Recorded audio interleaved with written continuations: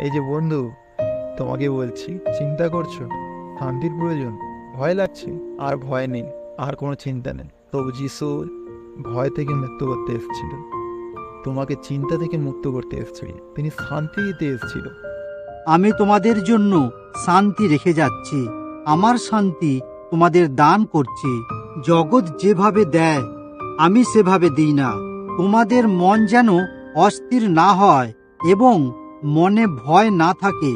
দেখলে বন্ধুরা, ঈশ্বরের স্বর্গীয় শান্তি তোমার জন্য, আমার জন্য ঈশ্বর রেখেছে। তিনি ভয় থেকে মুক্ত করেছে তোমাকে আমাকে।